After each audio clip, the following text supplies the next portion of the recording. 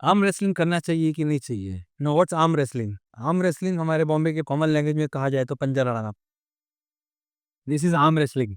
ये बहुत ही शौकीन चीज है ये। It's very common. Even I used to do when I was in schools, colleges, but after becoming orthopaedic surgeon मुझे पता चला कि आर्म रेसलिंग कितना डेंजरस गेम है ये। इट्स सो स्कैरी कि मैं तो आर्म रेसलिंग नहीं कर पा रहा हूँ किसी से भी, because of the complications which I you get to see almost every month. मुझे एक पेशेंट आते हैं जो आर्म रेसलिंग की वजह से आर्म फ्रैक्चर करके आते हैं, और आर्म रेसलिंग के बाद जो मतलब पंजा लगाने के बाद जो फ्रैक्चर्स होते हैं उन्हें ऑपरेशन लगना ही लगना है, और वो मिनिमल इन्वेसिव प्रोसीजर से नहीं हो सकता है, पूरा ओपन करना होता है। जैसे कि मेरे पास कुछ केसेस है, आपको दिखाऊंगा मैं भी। ये टिपिकल आर्म रेसलिंग का एक्सरे है। ये कम से कम 1 2 3 4 टुकड़े होते हैं इसके अंदर, आर्म रेसलिंग के अंदर, वेरी कॉमन। और ये जिसका एक्सरे दिखा रहा हूँ, जिम ट्रेनर था ये बंदा। इस बंदे का भी मैं ये ऑपरेशन के बाद ये इतना बड़ा प्लेट डालना पड़ा है उसे मुझे।